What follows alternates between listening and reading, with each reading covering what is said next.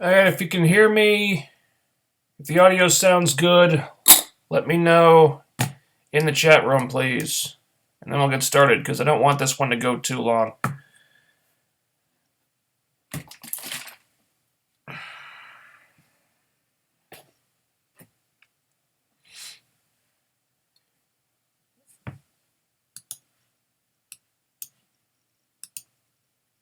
You guys hear me okay? Let me know.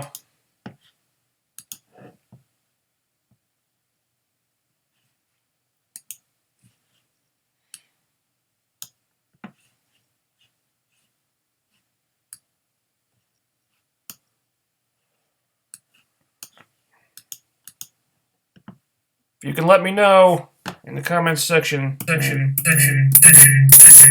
Yep. Alright. I'm going to assume that you can hear me, because I'd really like to just get this one started. So, let's go.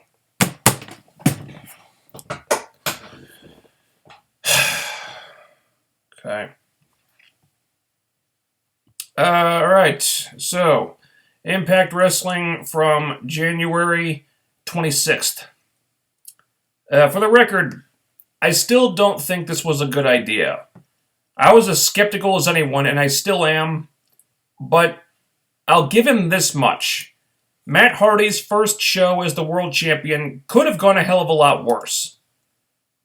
We start Impact with a Hardy talking segment, and I'm like, oh, jeez, here we go, get the mute button ready. But this was pretty inoffensive, actually. Matt changed up his look. He's coming off as less of a whiner and more of a bitter, resentful prick. His reasons for turning made sense. He's definitely speaking better now that he's full-blown heel. I don't think he'll ever be a virtuoso on the microphone, but this was definitely an improvement over recent months. You can tell that he's really trying here. And so far, he's getting the right reaction, as is EC3, even though our Lord of Wrestling wasn't there this week. Rebby's coming off well, too. The way I felt about her here was genuine heel heat, rather than the Karen Jarrett, I want to gouge my eyes out with a spork just so I don't have to watch her anymore heat. So first impression was mostly good. I don't think it's perfect, though. There were moments when it got to be too much, like when Matt said that Kurt Angle was maybe one of two people that were on his level. It didn't come off as arrogance. It felt like Matt was just being delusional. I laughed at that. It wasn't supposed to be funny, but it was. And unlike with the Grado situation, which I'll get to in a minute, that was a bad thing. And the music didn't help either. That was Rockstar Spud's original theme song when he made his debut in the UK tour after winning British Boot Camp. So the iconic Matt Hardy is coming out to recycled theme music, huh? So iconic that he couldn't even get an original song? Yeah, okay. So the big money Matt thing didn't come off as badly as I was afraid it would. There might be something to work with here, but it is a work in progress.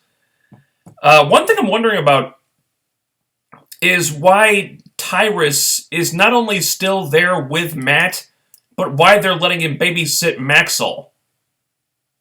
Tyrus still has a world title shot in his pocket. Matt knows this. And you could sort of buy this when EC3 kept him around when he was the champion, because EC3 was that kind of character. He didn't really take Tyrus seriously. But Matt's not like that. Matt just watched Tyrus screw over the last world champion. He knows Tyrus has that in him. Matt has no reason to trust this guy at all.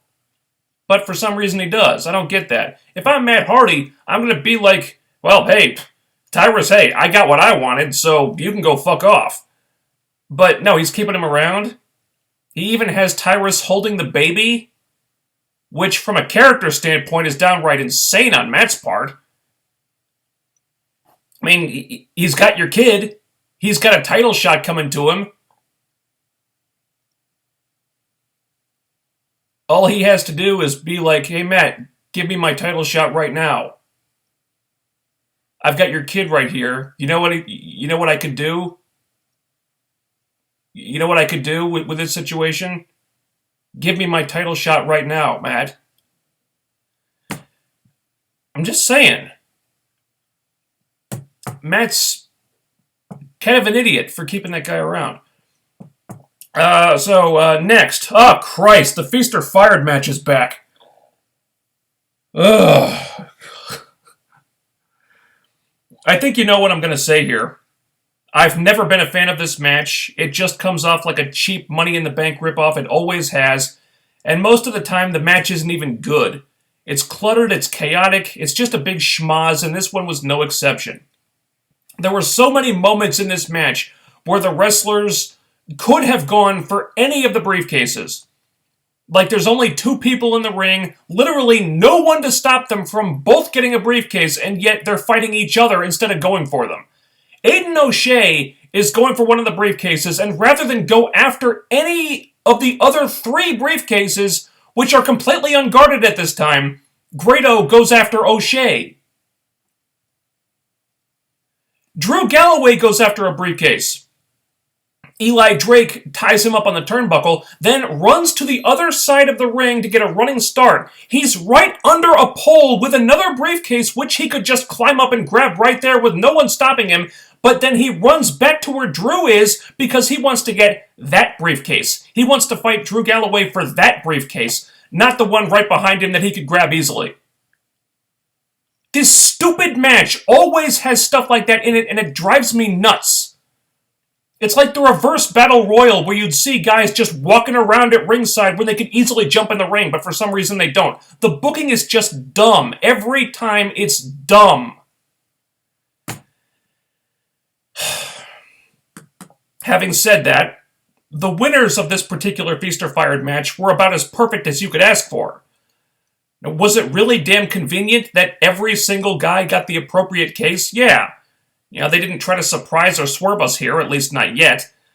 But I'm okay with that, because there are situations where having a guy get the wrong kind of title shot is just awkward. Like you're pushing a round peg into a square hole just for the sake of being unpredictable. With the right kind of storyline, that can work. But if you don't have that, it's probably best to just take the obvious route. And that was certainly best in this situation. There was no X Division title briefcase for some reason. I don't know why. But anyway, Drew Galloway gets the world title shot. Total no-brainer. The UK tour is starting up. That'll be a big selling point. Eli Drake gets the King of the Mountain title shot. Cool with me. He's doing the tag team thing right now, but in the future, that's great. He's one of those guys who should be going for a mid-card title. It's just a shame that this particular mid-card title is a worthless piece of crap. James Storm, one half of Beer Money, gets the tag title shot. Convenient as all hell, yes, but it's another seed planted in building up to Beer Money versus the Wolves, current champions. Both teams are doing other stuff right now, but we know it's out there, and it's coming. And they continue to tease that it's coming. And it looks like they're saving that for a special occasion, as they should. And then... then the icing on the cake. The best part of all. Grado gets the fired case.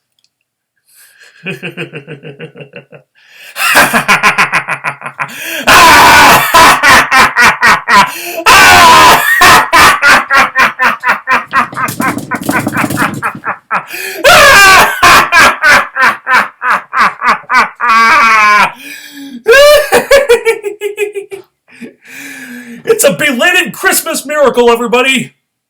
Grado got shit-canned, and it was fucking glorious! He's completely heartbroken, crying like, oh God, how could this happen to me? This is the worst day of my life! The dream is over! And then they cut back to the arena, and Josh Matthews says, and I quote, couldn't have happened to a better guy.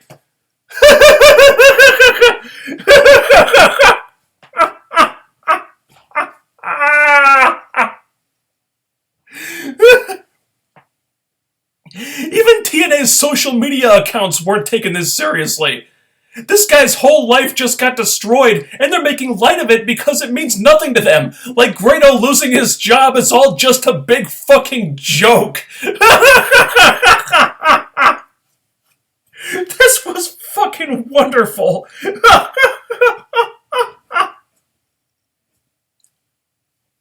You know what that was? You know what that was? That was karma. Excuse me. That was karma for that ass clown taking the spot in the British Boot Camp 2 finals that should have belonged to Nikki Storm. Peace out, Grado, and never darken my TV screen again. Of course, the fired stipulation really doesn't mean anything anymore. I mean, hell, Velvet Sky got it last year, and she was back a few months later. But I'm sure TNA wouldn't do that again. They wouldn't bring Grado back. Not even with the UK tour about to start. No, fuck that. They wouldn't do that. They wouldn't do it.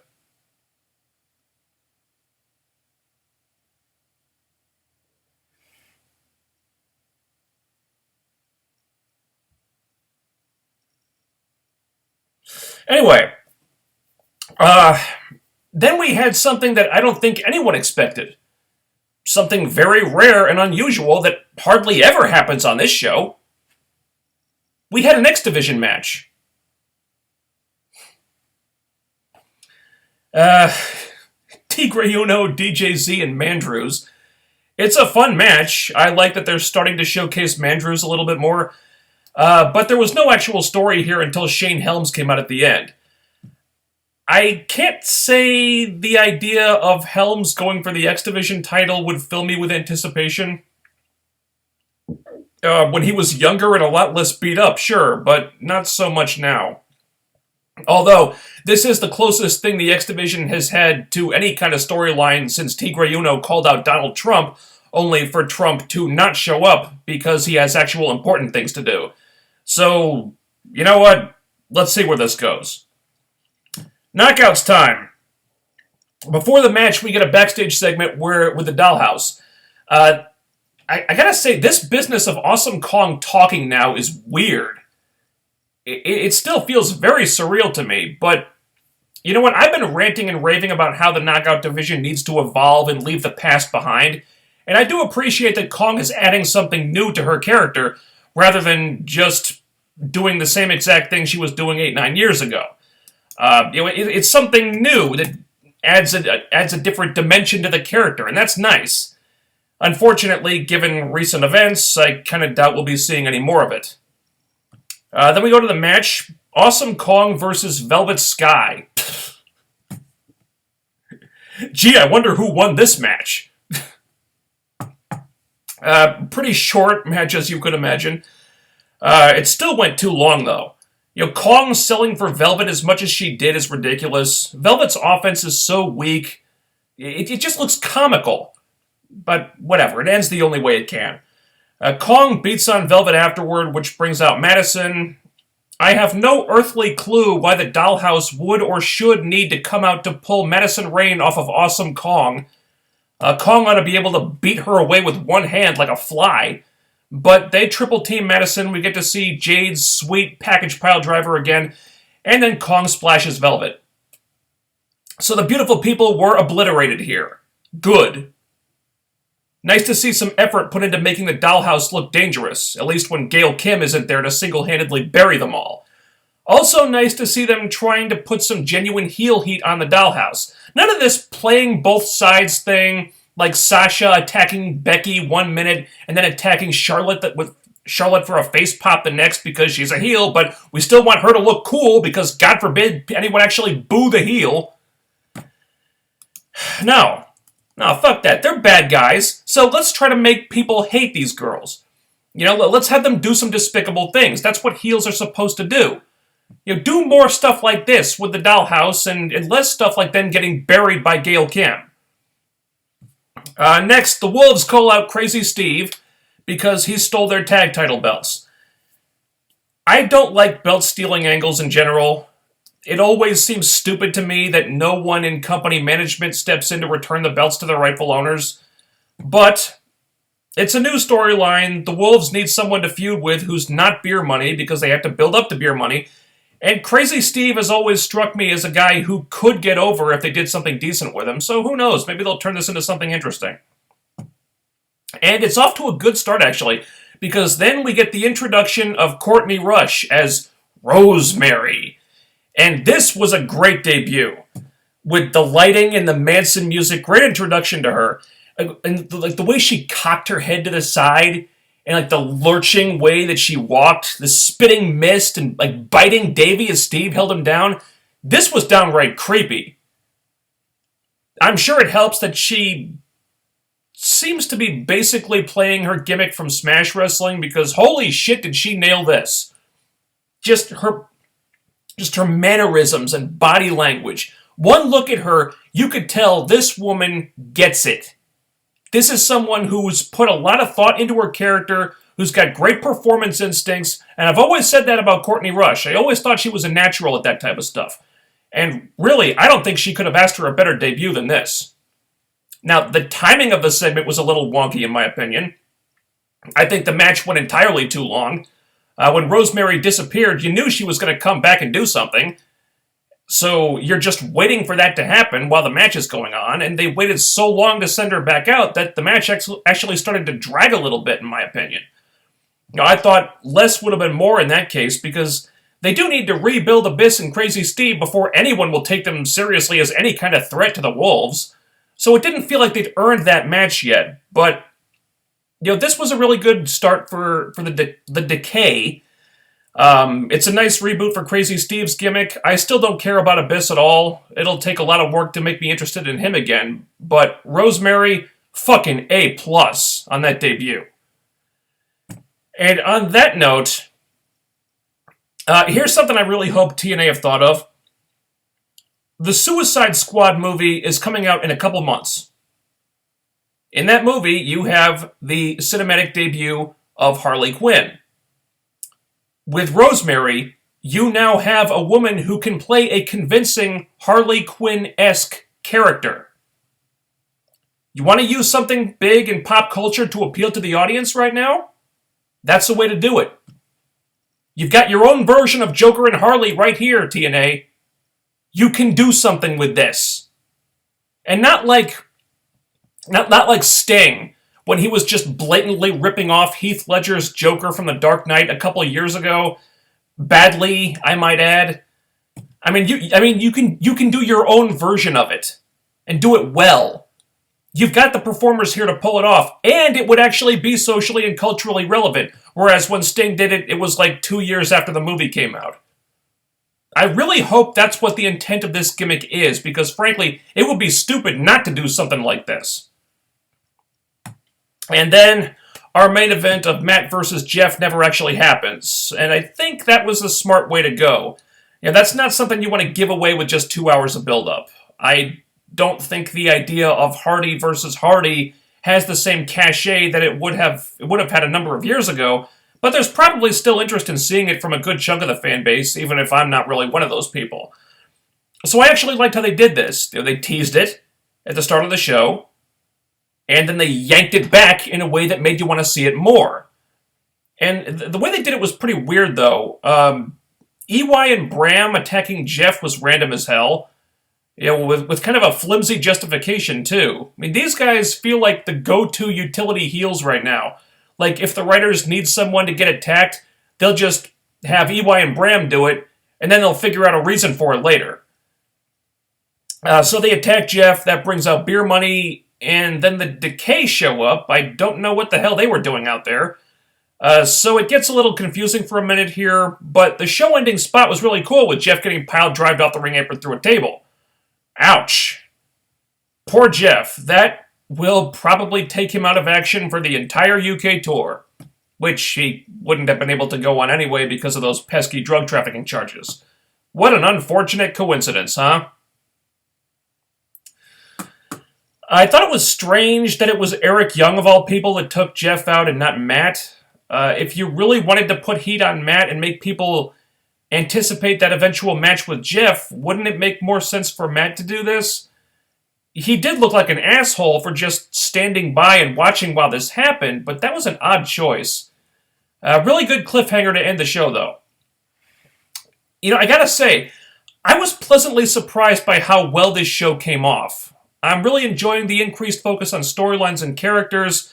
They're starting to have some semblance of an actual tag team division again. Rosemary's debut was fantastic. The Feast or Fired match was as dumb as it always is, but the result of it was great, and the segment where they opened the briefcases was very well produced, I thought. And I do still have a lot of reservations about the Matt Hardy thing. I'm not sold on it by any stretch, but he didn't shit the bed here. And that's something. And that was my review of Impact Wrestling from this week. So I'll now go to the Peanut Gallery. And let's try to keep this brief, because I'm going to see Kung Fu Panda 3 later. And don't want to spend all day answering questions. But yeah, let's go for it. Jeff Atwood, I was looking up old WCW videos today, and man, ICP were complete garbage. Okay. Not sure what that has to do with the show. TNA are getting there with the tag team division. Beer Money, the Wolves, the Decay, Young and Bram, a couple more, and they'll be fine. Yeah, they're making progress. I would like to see EY and Bram get packaged as a team and have like a team name and some tandem moves and stuff. But it's for the brief time that they've been giving attention to the tag team division, they've made a lot of progress. Did you hear WWE is considering the idea of Undertaker versus Braun Strowman at Mania? Man, that would be painful to watch. I did hear that, and it sounds like a terrible idea. And it would not interest me whatsoever. I just wish EC3 hurt Rebby to piss off Matt. Oh, boy. Okay, you know what? The violence against women angles is kind of a slippery slope. You want to make if you're going to do something like that, you want to make sure the woman really has it coming. Unless you're a heel. But also, when the baby is out there, that's getting really uncomfortable. Just... do you watch What Culture WWE videos? No, I do not.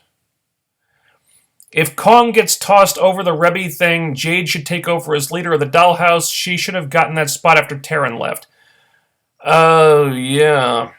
If you haven't heard about this, apparently there was some kind of altercation between Kong and Rebby on the UK tour, and Kong got sent home.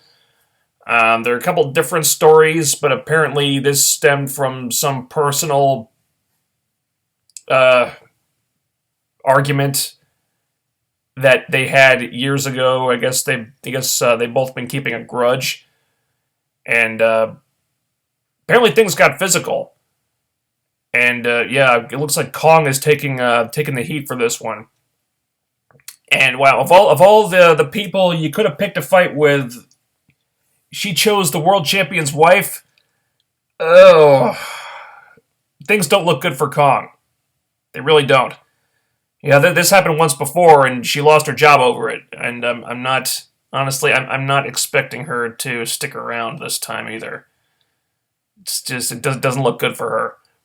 But yeah, if nothing else, I would expect that Jade would take over as the new leader of the Dollhouse if Kong is done.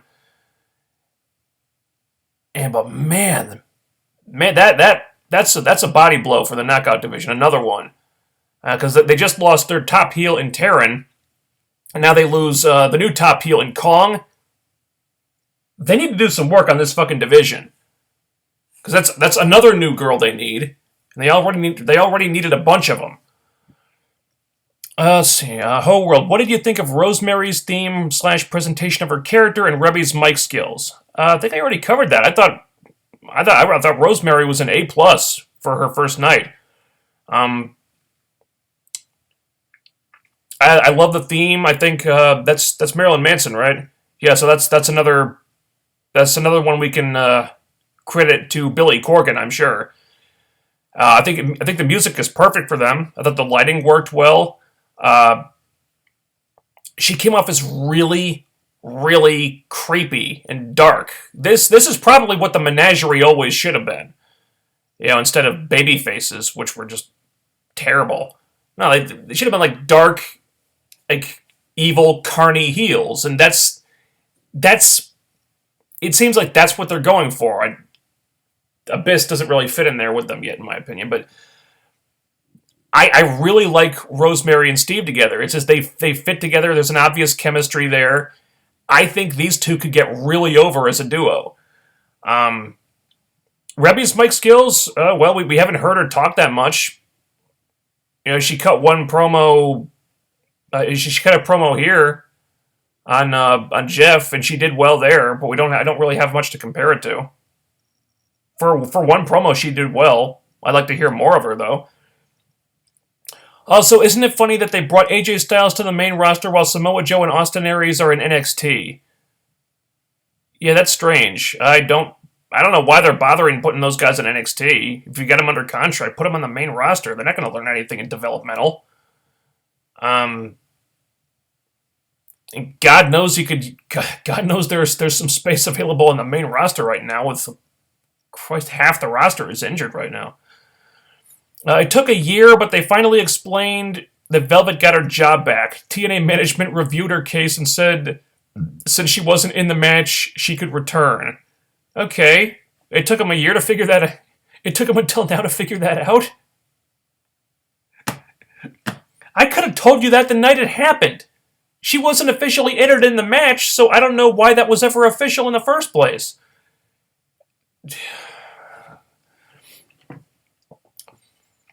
Let's see. Hashtag fire Matt Hardy. Oh, wouldn't go that far. Why people hating on Global Force Wrestling? I don't know. Maybe because Global Force Wrestling had a lot of hype behind it. Maybe because Jeff Jarrett tried to build it up as the next big thing in wrestling, and then nothing ever happened. I don't know. I'm not really paying much attention to GFW. Hashtag fuck Grado. Yes, absolutely.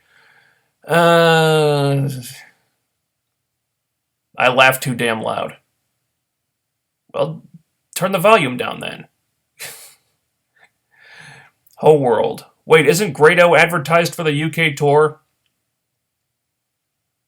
Yes, but kayfabe-wise, they would have been advertising him before he lost his job, so that doesn't necessarily mean anything. Just let me have this. WeBear50. I wish the Wolves aligned with Cherry Bomb. You know, I would not. I honestly think there's a chance that might happen. I mean, if you look on their Twitter pages, Cherry Bomb and Rosemary have been really been taunting each other lately. I mean, yeah, it's playing up their feud from Smash Wrestling, which isn't finished yet. But Cherry Bomb was commenting on her debut during the show, and they're going back and forth about this. I mean, Cherry Bomb's definitely been teasing that she's going to show up in TNA when she's cleared to wrestle. So I think that's going to happen.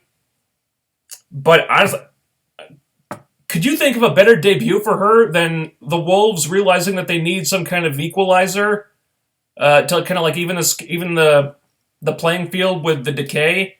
They're like, okay, we can handle Abyss and Crazy Steve, but you put Rosemary in there and things get more complicated. Maybe we should get a third member of the team here to kind of even the odds here.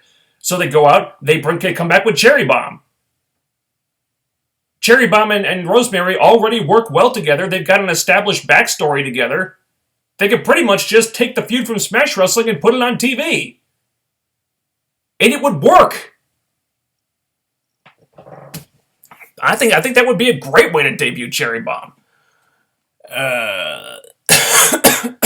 Excuse me. Decay. Yeah, that was really creepy. For a minute there, I thought there was going to be a swerve and there would be an X Division title shot instead of the fired case. Oh, that would be horrible in this case because then Grado would have gotten the X Division title shot. Ugh. Just, no. Dodged that bullet once already. Let's not try to tempt fate here. The thing is, TNA will try to build to the title matches, but in their past, the build has led to nothing. That is sometimes the case, yeah. Don't do it, TNA. Let Greedo be fired and stay fired. Yes. Yes. Let him go back to ICW. Shane Helm's jacket was glorious. Yeah, the big bright lime green jacket. Where did he even get that thing? I kind of want that jacket. I wouldn't be able to pull it off, but I want it. I'm acting like the nostalgia critic when I laugh. Oh, am I? I will take that as a compliment. If GFW ever gets a TV deal in the US, would you do a live discussion on GFW if it is good enough? Ugh. I might talk about it. I wouldn't. I highly doubt I'd feel the need to review the show every week. I guess I'd answer questions about it if I was asked, but would I review it on a regular basis? No. Plus, that's contingent on them actually getting a TV deal in the U.S., which they have not been able to do yet. Haven't heard or seen any movement on that in a while. There was some rumors about them getting a UK TV deal a while back, but that hasn't happened yet, as far as I know. So the whole GFW thing seems kind of stagnant right now. Now they're losing their talent to other places. TNA snatched up Trevor Lee. I can't imagine their roster is going to be sticking around forever because Jeff made a lot of promises and he's not delivering right now. So who knows what'll happen there. The X Division needs better and new stories. They need to make the title mean something. Agree, but it probably won't happen. They've been saying that they were going to refocus on the X Division and make the X Division mean something again for years, and it hasn't happened yet. Personally, I think the problem is there's just no one backstage that feels like being an advocate for the X Division. My guess is it will continue being treated exactly the way it's been treated for a while now. They'll bring it out for a match here, a match there, a spot fest to pop the crowd, whatever. But storylines will be minimal if they happen at all. They'll have like a title match every few months just for the sake of doing it. But for the most part, the champions probably won't mean that much, and the only time it gets any real attention will be the few weeks before and after Destination X. The Save Me one, Joker and Harley Quinn with Bane on the side. Oh, yeah, I guess you could pass off Abyss as a Bane-type character. Boy, that would have been something to do when The Dark Knight Rises came out, huh? Big missed opportunity there. Bane is not in the Suicide Squad movie as far as I know. But I guess they could try it. Still kind of wish they had someone else in there in place of Abyss, though, because he doesn't seem to fit with those other two. Plus, Abyss, I'm over Abyss at this point. He's been repackaged and repurposed and whatever so many times. I just feel like the character has run its course for me. The Joseph Park angle was genius, but then they kind of ruined it with the way it ended, and now he's back to just being Abyss again, and I don't care anymore. What do you thought of AJ so far in the WWE? Too soon to tell, really. I thought I was a little underwhelmed by what they did with him in the Rumble. If you wanted to introduce this guy as a major star, I would think you'd want to have him really go on a tear and really make a great impression, like a big impression, and come off as a force in the Rumble. That didn't really happen. He was there for 20 some odd minutes, but did he really do anything spectacular? Not really. Then they had the match with Jericho on Raw, which was a good match. Sorry, allergies. It was a good match. I wouldn't say it was anything special. I actually thought there were a couple of shaky moments there. Yeah, I mean, it's too soon to tell, but if I could hazard a guess, I would say that he'll ultimately get lost in the mid-card. That's my prediction. I'm sure some other people on here will be saying that, oh, he should be main eventing WrestleMania this year or whatever. Yeah, that's not going to happen, you guys. That was never going to happen. That was never a possibility. It probably won't be next year or the year after or the year after that. AJ in the WWE strikes me as kind of an awkward fit. My guess is he'll probably be getting the Dolph Ziggler treatment within a year.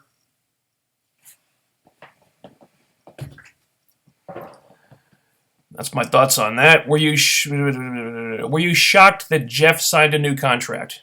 No, not really. I kind of expected that. Like I said, I think Jeff probably has some loyalty to TNA because they gave him a second chance when a lot of other people probably wouldn't have. And he's a really laid-back dude, so the lighter schedule probably appeals to him at this point in his life. I don't think Jeff's really looking to go back to WWE. Maybe I'm wrong. I don't know. But I think he's probably happy where he is at this point. How would you book the Bullet Club? WWE debut? God, I don't know. So Carl Anderson and Doc Gallows, huh? I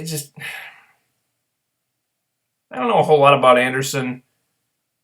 I never really saw what the big deal was about Doc Gallows, honestly. Some people seem to think he's really good. I never saw it.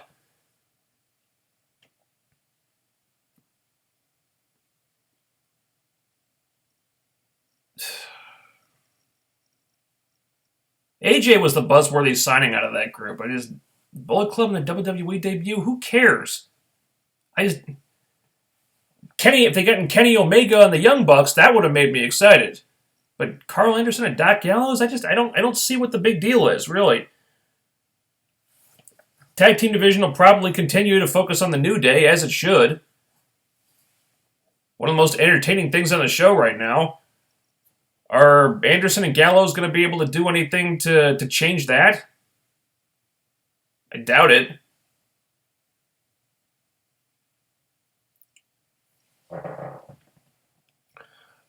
Ugh.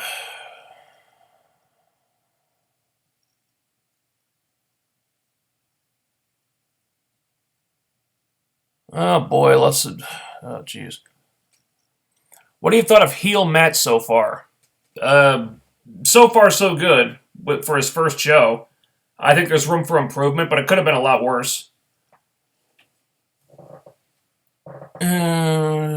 Push Barry Fire in Jeff RVD Styles. Push me.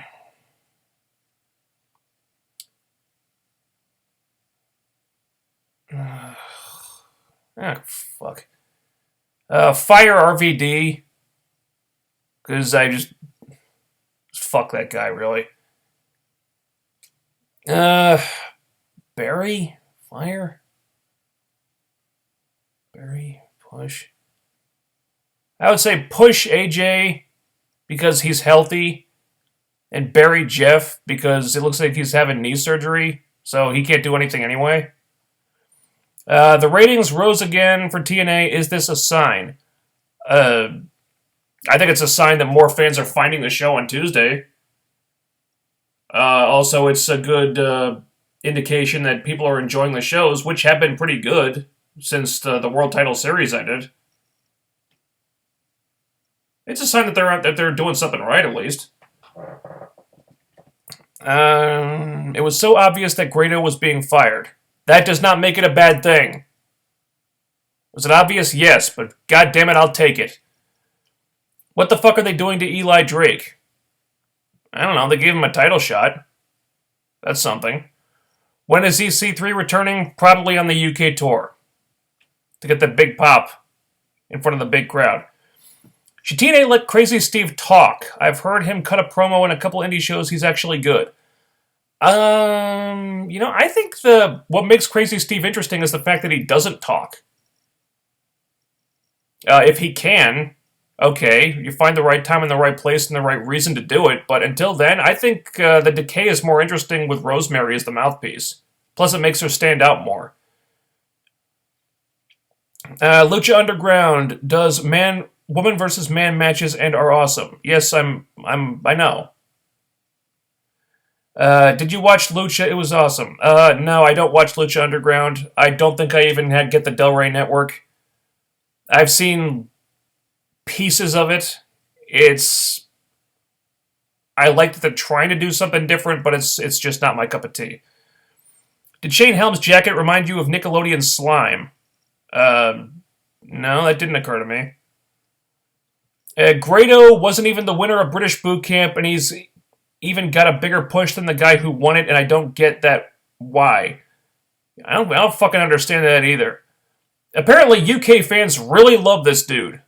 I couldn't tell you why. He annoys the piss out of me. And I've been wanting TNA to do something more with Mark Andrews. They haven't yet.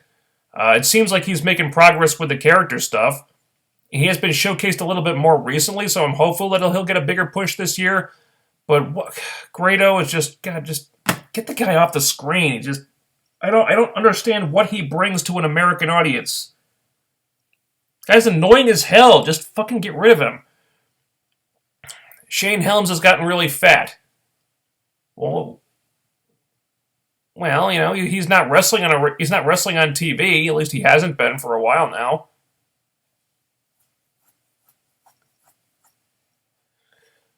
Awesome Kong is a great talent, but has a really bad workplace demeanor. It would appear. Yeah. She seems like she's got a bit of a volatile personality sometimes, and this incident with Rebby Hardy was not an isolated occurrence. This has happened before with Kong. We all know about the Bubba the Love Sponge incident, and yeah, that guy really had it coming because he's a piece of trash, but you can't go around attacking people in the workplace. It's just not something you do. There were reports about something like this happening with Lacey Von Erich, and I think something at an indie show once. So this it's not a one-time thing with Kong. This is a pattern of behavior with her, unfortunately. How do you think they should book EC3's return? Have him come out and confront Matt. Have Matt do something despicable, and then EC3 get in his face. It pretty much books itself right now. Any chance that we'll see Helms get involved in the Matt versus Jeff feud? Potentially. I mean, if Shane is going to be an on-screen character on a regular basis now, I mean, those are his buddies. So I'd kind of expect it to happen. Plus, Matt is reportedly working in creative now, so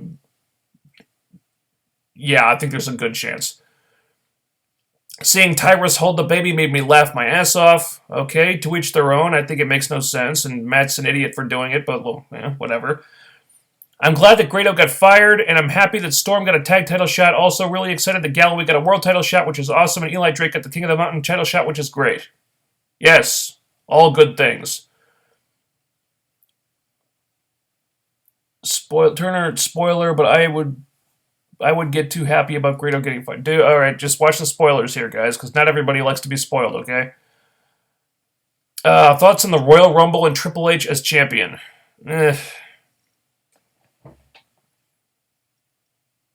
I talked about this previously, but they really didn't have many options. I didn't want Triple H to win, but even I had to admit that he was really the best option from a creative standpoint. I mean, there were really only a couple people that they could have gone with. when they got to the end there, I thought it would have been a really cool swerve if Ambrose had actually won, although I knew that wouldn't happen. Because then it's like they've been building up Reigns and building him up and building him up, and then, holy shit, swerve, it's actually Ambrose who wins, his buddy. You could have done, like, friend versus friend all of a sudden. Yeah, that would have been an interesting swerve to happen, but no, it's Triple H.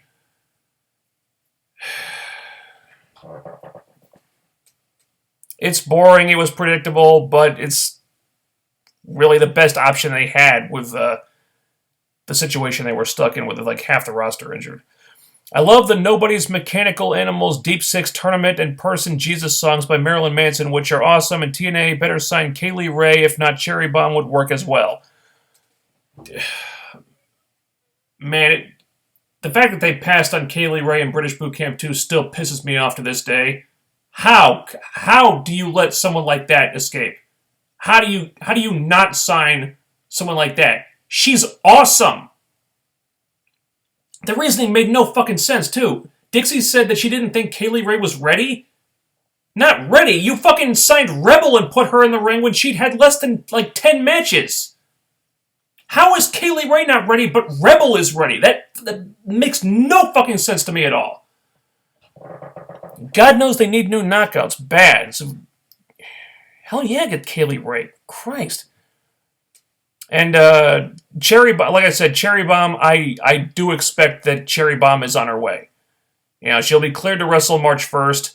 I think they're doing another set of TV tapings around that time, so I'm very optimistic that Cherry Bomb is on her way. Royal Rumble was predictable, but how predictable was the Royal Rumble? But still average. It was predictable because the whole story was leading up to Reigns versus Triple H. And with so many people out injured, you kind of figured he was going to insert himself. Did you really not see Triple H coming in at number 30? Hell, plenty of people were calling that, not just me. AJ did nothing in the Rumble, just put everyone else over. Yep. Mm-hmm. He did a springboard forearm, that's it. Yeah, it seemed like he got lost in the shuffle there. And so many people were kind of shitting themselves that, oh my god, it's AJ in a WWE ring, oh my god. Yeah, but he didn't really do anything interesting. He just kind of got swallowed up in the crowd there. I mean, just the fact that he's there is cool, but if they don't do something good with him, that novelty is going to wear off pretty quickly. Do you think Jesse Goddard and Eli Drake are going to feud for Eli's King of the Mountain title briefcase, kind of like Storm and Gunnar feuded for the world title briefcase? It's possible, but I doubt it, just because they really do need tag teams right now, and they kind of just put these two together as a tag team. There's no reason to break them up now. If I book the Bullet Club, I just have them be a replacement, not old DX. Replacement for what? Doc Gallows works in tags, not solo like Palumbo, in opinion. Okay. Still doesn't interest me, but whatever. Gallows is really good in tag teams like Christian. Alright. Rebby Sky is a known shit stirrer. Not that I'm defending Kong since she tends to get physical. It was very immature for them to be fighting when the baby was in the same room. Oh yeah, I've heard that about Rebby Sky. She always came off as like a bit of a... always kind of arrogant. I've seen her, go off on certain people. So it doesn't surprise me that she's rubbing someone the wrong way. It's still not an excuse to fight in the workplace. I don't think there's any excuse for that. Especially when the baby is right there. But what the hell are you doing bringing the baby to work with you anyway? Can't you get a fucking babysitter?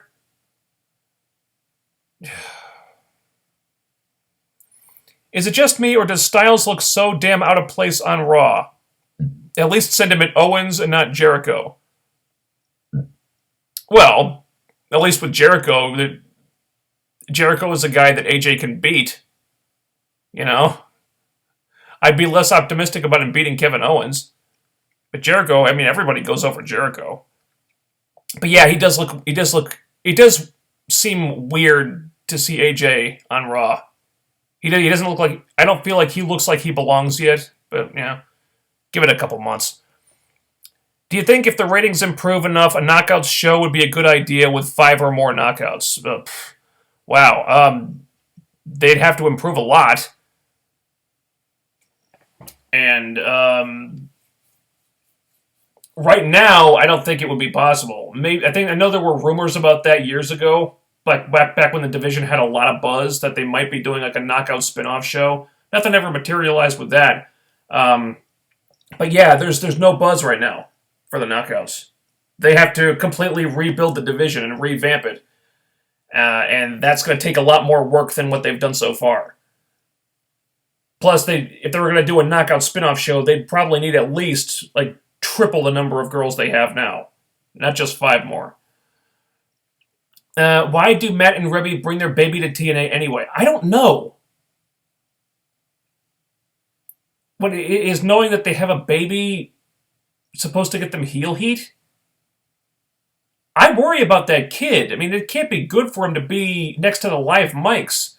You know, babies have really sensitive hearing. That kid is going to go deaf being out there. And what do they do if he starts crying during a segment? Are they just supposed to, like, tell the kid to suck it up and just stand there? Are they allowed to, is Rebby allowed to leave with the kid if he starts crying? What the hell is going on? Why are they even bringing the kid out there with them in the first place? Honestly, it just feels like bad parenting to me. Where do you see TNA going by the end of this year, and where do you want them to go? I would like to see them rebuild their roster with new talent. I would like to see them be able to get over 500,000 viewers consistently. Of course, unfortunately, I have very little faith in this creative team right now. And I would like to see them be able to hold on to their current TV deal after the Destination America deal kind of went south. So, solidify this TV deal so you can keep it. Just rebuild your brand, rebuild your viewership, rebuild your roster. UK fans love Grado because Brits love broad physical comedy and irony. Guess it's an acquired taste. Have you seen Mickey Babylon? No, haven't seen. I don't know who that is. Fantasy Booking Master is series rebooking WrestleManias 1 to 26. It's awesome. All right. No, I haven't seen him. I live in England and I cannot stand Grado.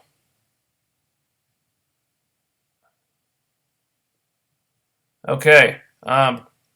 So apparently not everyone in England likes Grado. The guy has such a big following over there. I don't get it. What makes him so popular? Okay, you like the kind of comedy he brings. All right. Well,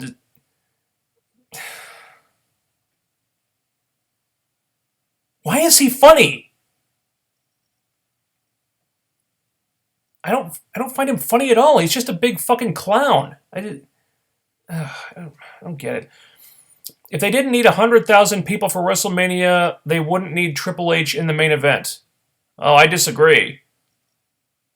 With so many people out injured, they'd need I think they kind of need Triple H to be on that card, just to fill it out. Dixie needs to step down as president. I don't necessarily disagree with that. What do you think Cherry Bomb's new name would be? Oh, I don't know. Preferably not Laura Dennis. They might want to change it so they could own the name. TNA like to do that. They just want to call her Cherry. That's fine. WWE could have a triple threat at WrestleMania. Triple H versus Reigns versus Lesnar.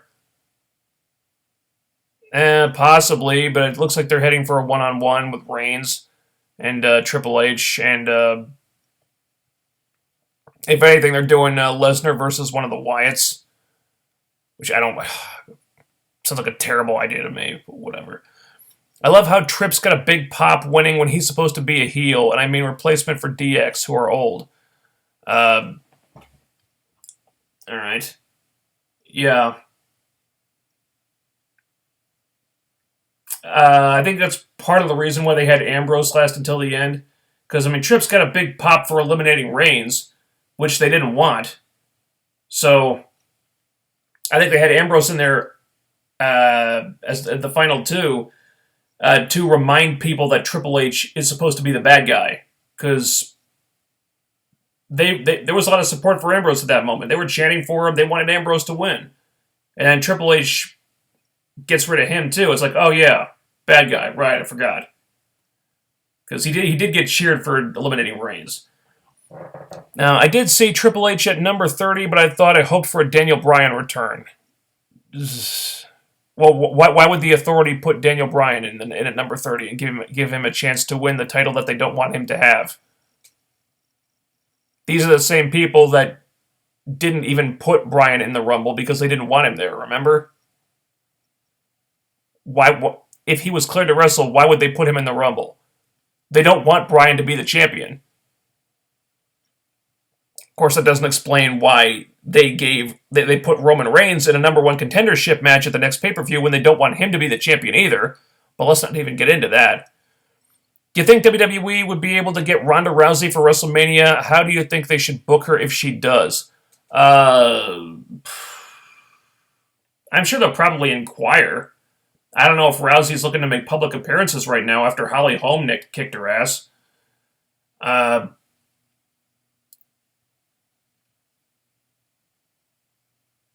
do you think they should book her if she does? I don't know, just have her beat up Stephanie again. That'd be cool. Make her tap somebody out this time. Have her put Stephanie in the armbar and have Stephanie tap. Yeah, I think she roughed up Stephanie for like just a second last time she was there. I wanted to see her put Stephanie in the fucking armbar. Would have been awesome. Kong strikes me as a bully and a coward. She always hits people smaller than her. Well.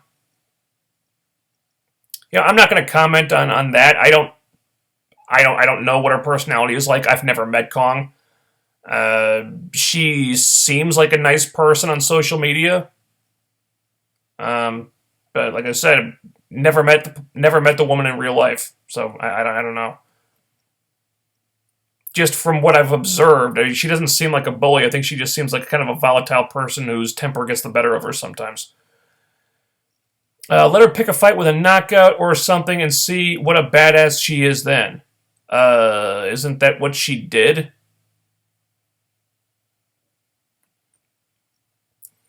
I'm out. See you later. Enjoyed Kung Fu Panda 3. Oh, I hope it's good. I really enjoyed the first two. Beating up a fat, short, non-wrestler and some 100-pound woman does not a big bad monster make. She's a coward and she's always starting shit like this. Well, Rebby Hardy is actually a wrestler herself. Just saying. Also, Bubba the Love Sponge is just a repugnant piece of garbage. It doesn't make what she did right, but yeah.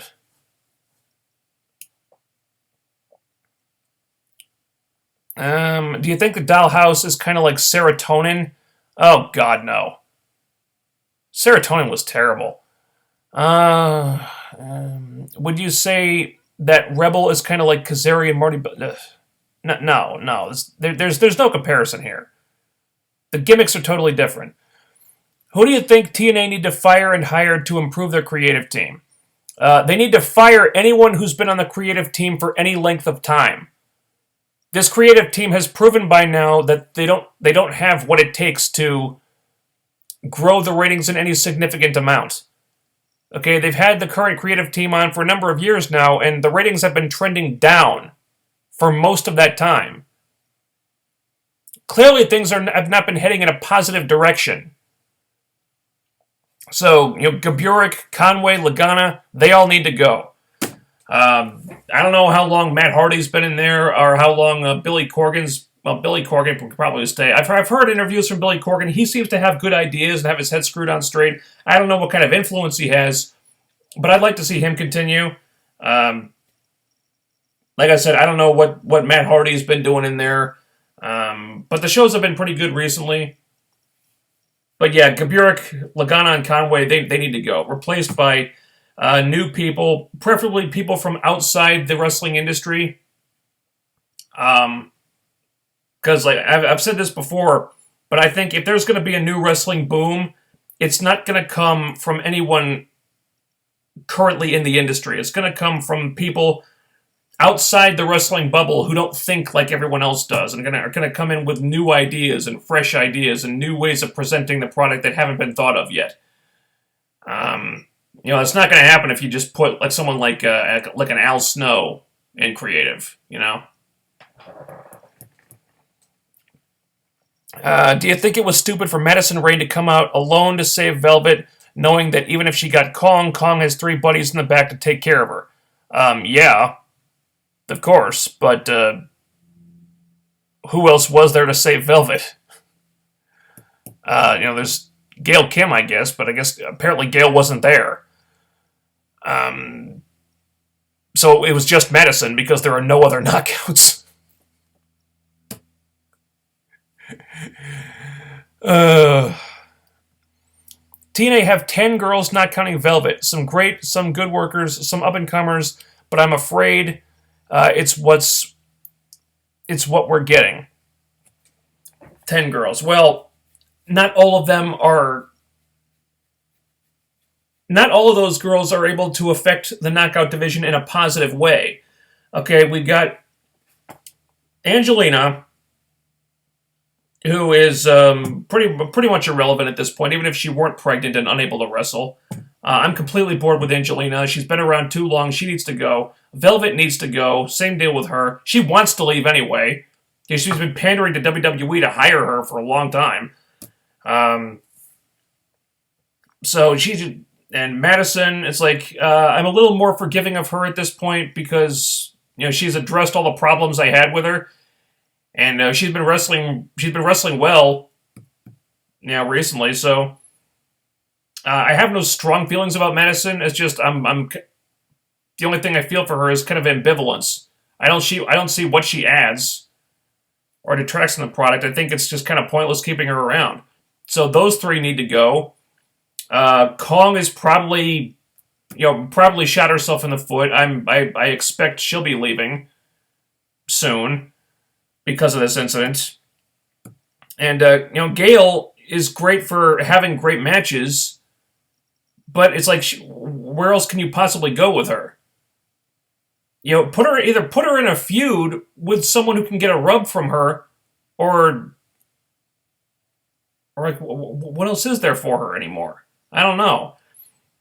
And then what else? Okay, well, we got Raquel, who has had 1 wrestling match. That's it.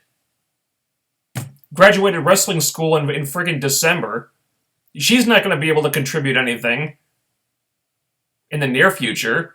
You got Maria. Do I need to comment on her? Putting her in the knockout division would be like getting another Velvet Sky. What else? Rosemary, who I like. Great character. Good wrestler. I think she'd be a fine addition if they want to get her in there. Who the hell else is there? Rebby Sky, who can wrestle, but I don't know if she has wrestled since she had the baby, and I don't know if that's something she's looking to do anymore. Have I left anyone out? Oh, the Dollhouse. Jade, great addition there. Marty, who seems to have some good mic skills. I've been kind of underwhelmed with what she's done in the ring so far, but she hasn't really been showcased that much, so I think that's a to be continued on her. And then Rebel, who is still green as hell. I do like Rebel. I'm kind of slowly warming up to her. I like her performance instincts. She seems like a natural in front of the camera, but her wrestling is still really shaky. She's improving, sure, but hell, she started at 0, so she's got nowhere to go but up.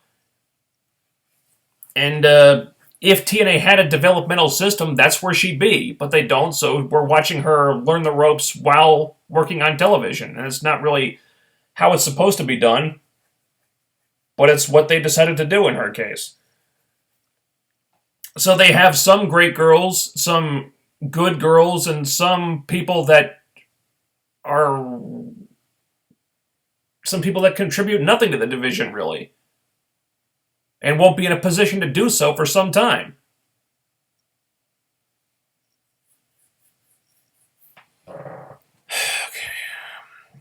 If you want to understand Grado, watch 5 seconds of Monty Python. It's just guffaws and irony for like 2 hours. Should the authority angle end at WrestleMania or bring in a babyface authority figure to balance things out? Oh, God. No more authority figures, please. I'm sick of authority figures. This whole thing has been done to death. They've beaten that horse to death for years. This entire concept is played out, in my opinion.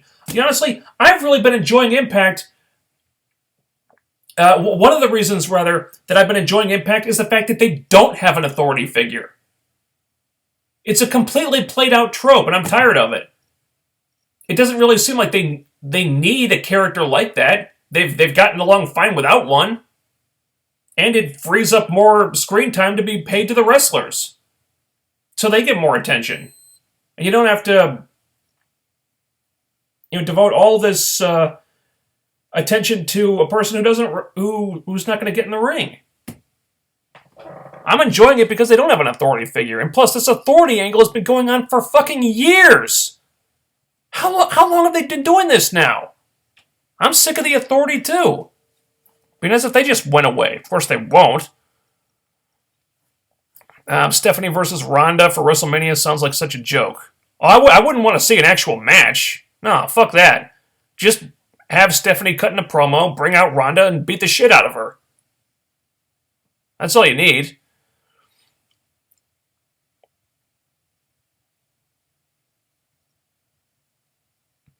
Here's how I would book Steph versus Ronda. Ronda punches Steph 1, 2, 3. Yeah, exactly. That's all you need. Put her in the armbar, break her arm, call it a day. When I said knockouts, I meant someone like Kevin Owens, a guy who is her own size. Oh, okay, that makes more sense. The guy is out to enjoy Kung Fu Panda 3. Dude, it's a good movie. No spoilers for me, though. Oh, good. Excellent. The thing that I loved about Trips getting a pop for burying Reigns is that if played right, they could have used this as a face turn for Triple H. Well, probably. I mean, they've been so ambiguous with how they're playing the authority figure, the authority.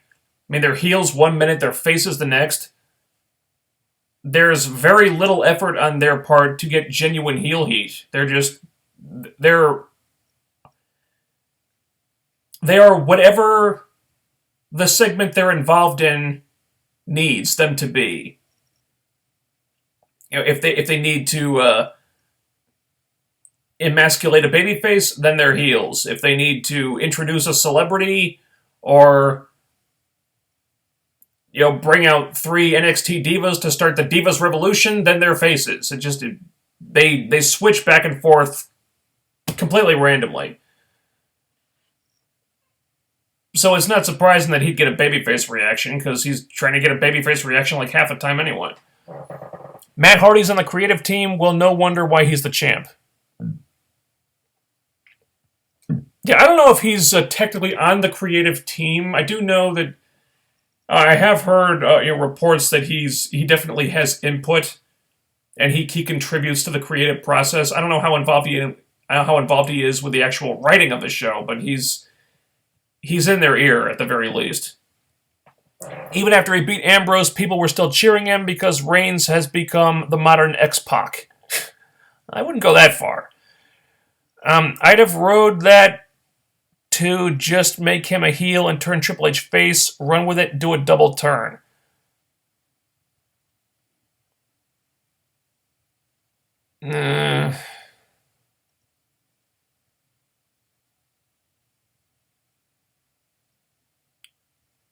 Does feel like Reigns might be better suited to be a heel in sometimes. But who knows? Do you think if Raw gets cut down to 2 hours after everyone comes back to a roster split might work if it's handled right? SmackDown, Raw on equal footing. Yeah, well, Raw's not going back to 2 hours. No, they get a lot of extra money from that extra hour of programming. They're not going back to 2 hours. Won't happen. If you had to choose, what you would like between Velvet Sky, Grado, and Feast or Fired? What? If you had to choose what you would like between Velvet Sky, Grado, and Feast or Fired. I hate Grado. Velvet Sky is sort of decent, and Feast or Fired is okay. What two of the three would you think that's all right? Like get rid of, like, keep one and get rid of the other two? Is that what you're saying? I would keep Feast or Fired and get rid of Velvet Sky and Grado. If that's what you're asking.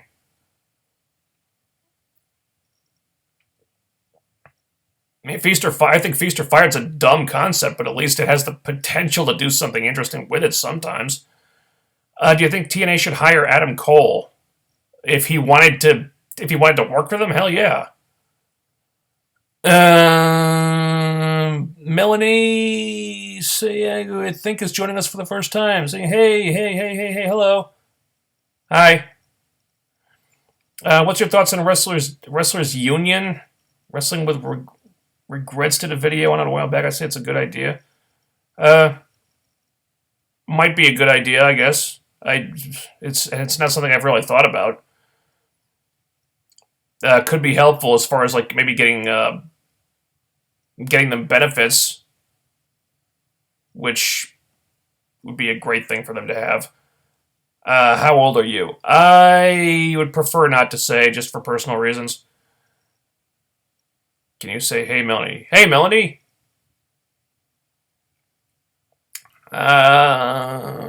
Between the Knockouts and the Divas, who do you think has the better division overall? Oh, boy.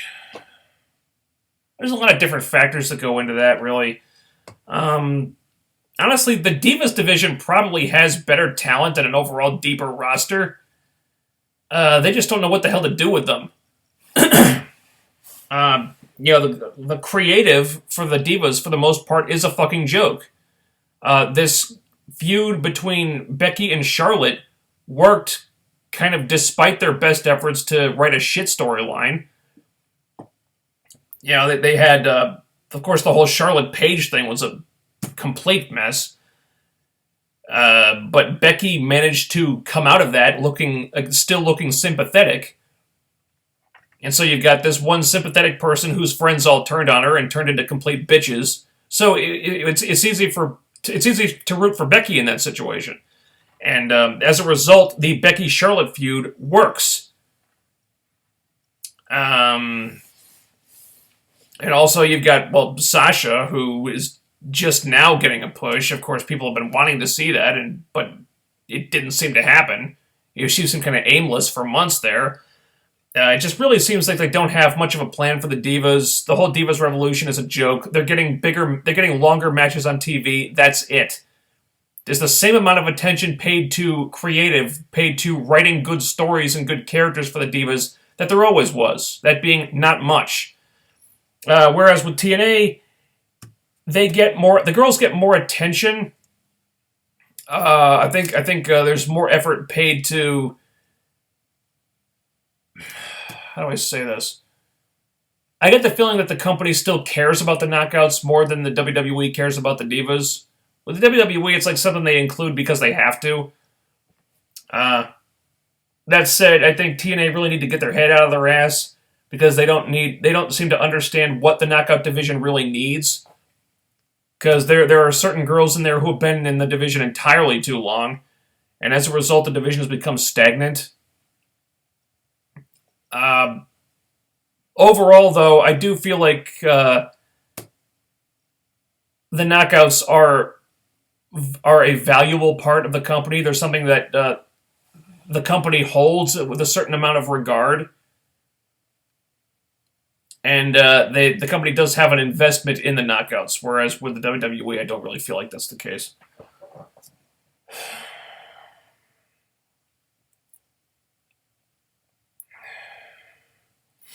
I think the Authority is played out too, but now I want it to end. But I think a babyface Authority figure can be put more in the background. Alright. I would prefer no Authority figure at all. That's just me. The problem with women's wrestling isn't how it's portrayed, but the actual fabric of how wrestling works. No matter what happens, the divas or knockouts or whatever will always be segregated away from any important story arc. Not all the time. We've seen in the past women getting involved in important storylines. Example, AJ Lee, just to name one. They had, in the past there was, Trish and Lita getting involved in important storylines. China as well. I think in TNA there's been more of an effort to kind of keep the knockouts as their own thing. Of course, that was partially because for a long time they were on Spike TV, who didn't want any male-on-female violence, so they were kind of limited with what they could do. I think there's a better chance of the women being involved in important storylines and angles if you get them involved with the men.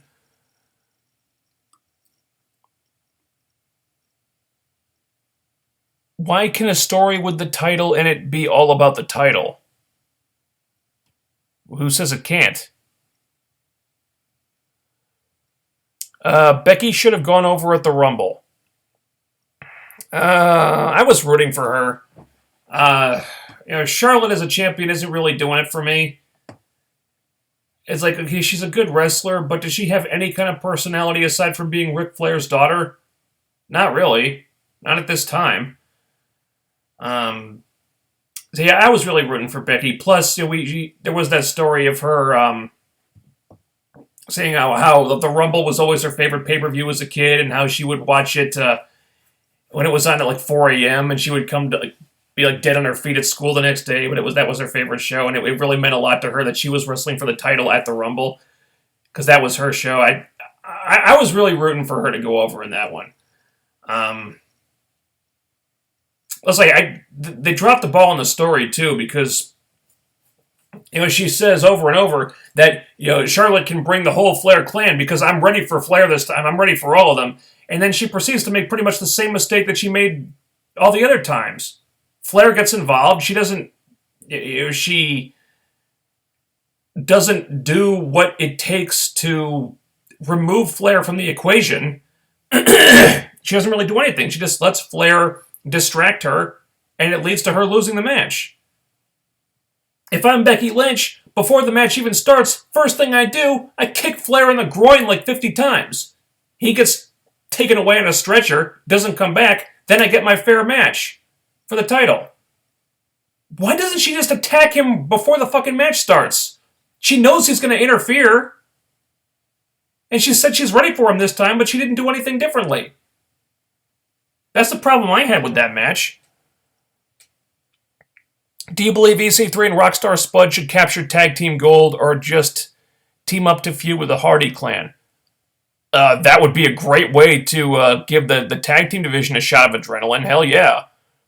I imagine EC3 is going to remain in the world title picture, but at some point, if they wanted to put some more interest in the tag team division, do EC3 and Spud? Yeah, hell yeah. Those guys were awesome together. They never let them fight the men on PG TV, and so they can never compete for any relevant titles or involved in any actual arc. Well, to be fair, TNA did have the Knockouts in the World Title Series and had them competing against men there. Wasn't for long, but they were actually in there. I hope the beautiful people get out of TNA, or they could stay and they could bring back Knockouts tag. Or they could stay, and they should bring back the Knockout tag titles. Well, they don't have nearly enough girls for that. And even when they didn't do anything with the Knockout tag titles. And have a best of 13 series between the Dollhouse, the beautiful people. No. Best of 13? No. What would be the point of that? Beautiful people are stale and boring as it is. Just have the Dollhouse beat them and then send them on their way. 13, best of 13 series? The feud is getting stale as it is. I don't want to see them have 13 matches. Lucha Underground is closer to legitimizing female wrestlers because they let them fight the guys sometimes, but WWE and TNA still keep them separated from any real storylines. Again, TNA has had the women fighting the men recently, Hasn't happened much, but it has happened. Just saying. I bought my friend Fat Four Stick for his birthday and wrote no exchanges on the back of the case. Oh, you bastard! that's cruel. Was that like a gag gift? Moreover, this is only a small part of the storytelling nightmare that is PG-13 storytelling in general, in movies, on TV, and video games, etc. You cannot tell a mature story with actual tension and threats and stuff on the line without the threat of injury and death. Maybe not a mature story. I think you can still tell a good story without all that stuff. It just depends on how it's told. In PG movies, this means stuff like every time the Avengers fight someone, it's in a completely empty, barren city with no civilians or children around. In video games, it means fictional worlds filled with apparently no children. In wrestling, it means, well, you know how bad TV PG do. Yeah, okay, your point is made. Is there anyone you know of who should be on TNA or WWE creative? Or how many max should be on a creative team? Because the stories I hear, there is too much dicking around. I'd say 3 max. Probably more than 3, just so you get a better mix of ideas, and you avoid burnout that way, with from having too few people responsible for too much of the show for too long. But when you get so many people that you're kind of booking by committee, like what the WWE does supposedly, that doesn't work either, because then it's too many cooks in the kitchen. I think maybe 5, 6 people is probably a good number. All right. You know what? Get your last questions in, because I am putting the cutoff point in as we speak. So I can answer the rest of these questions, and then that'll be it.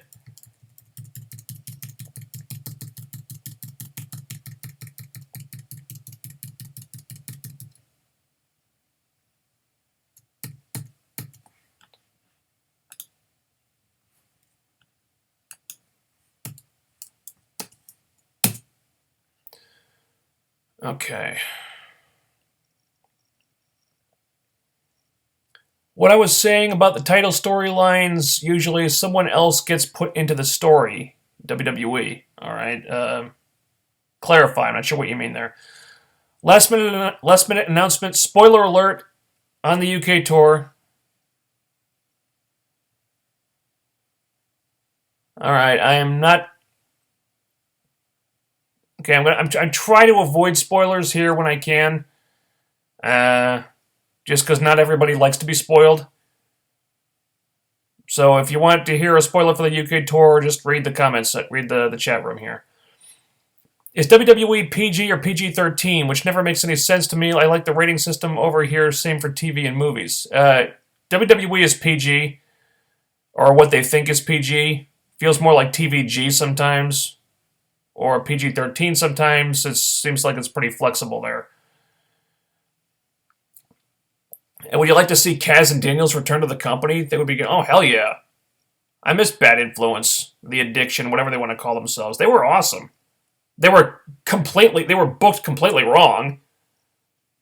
It was just really just maddening watching them job to Chavo and Hernandez so much. That was fucking ridiculous. But hell, they could still be the best tag team in the business if they were to get a chance.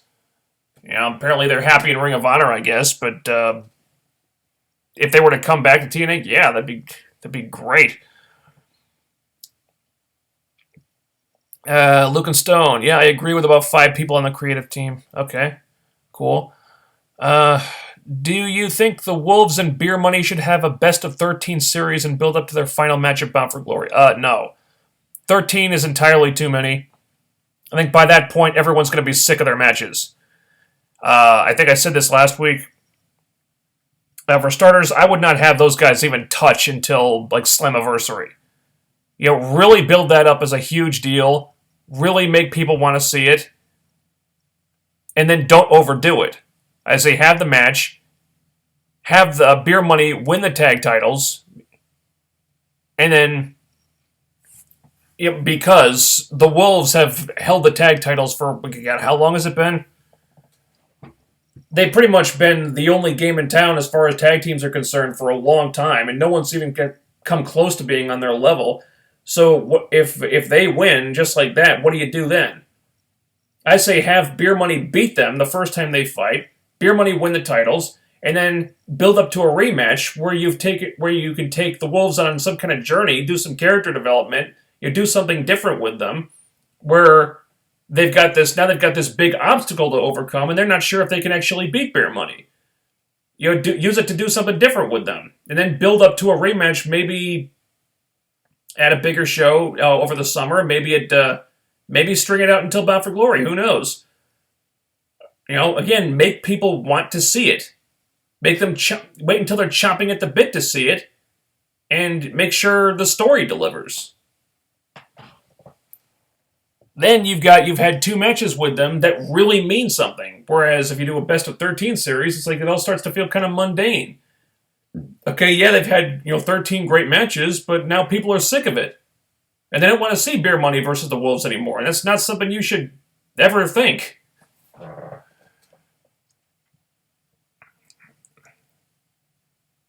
Okay, I'm going to answer these last 4, and then that'll be it, all right? Every year or 2, the creative team should change. Not if the creative team is doing good stuff. I say maybe you give if you change a creative team, give them some time and some leeway to kind of work things out. But if it's not working out, change it. But no, if it's working out, don't change it just because it's been a year or 2. No, if it's working out, keep the writers you've got. Should TNA hire Roderick Strong? I don't see why. They had him. They didn't really do anything with him. That's why he's not there anymore. And plus, he'd probably just go back in the X Division, and they're not doing anything with the X Division right now. So I don't see what the point would be. When the title is in the story, it is usually the title... Wait.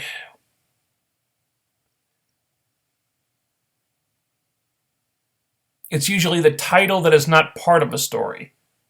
Okay. I think it depends on the story. I agree the title should be the ultimate goal in the story, but I mean, you can do angles that are ultimately about the title, but that can't be the only angle or story that you ever tell that involves the title. You have to do other things too, incorporate other kinds of stories. It can't all just be it can't always be the same thing, It gets dull. Do you think the beautiful people should go to WWE? No, I don't. They should just go away. I have no desire to see them on TV in any company ever again. How and why would you debut them in NXT? I wouldn't. I would just have them go away and get out of wrestling. And, it's been like, what? It's been 9 years. That's a good run. It's time for them to stop. I don't care anymore. Okay, and that will be it. Thanks, everybody, for joining me. I think we're going to continue doing these on Saturday until the TV season ends, and I can go back to doing them on Tuesday nights. I think we got a lot covered here tonight, and join me next Saturday when we can do it all again. And also next Thursday. Also every Thursday night, 10 p.m. Eastern, for the Comic Show post-show. And I will see you next week. Later.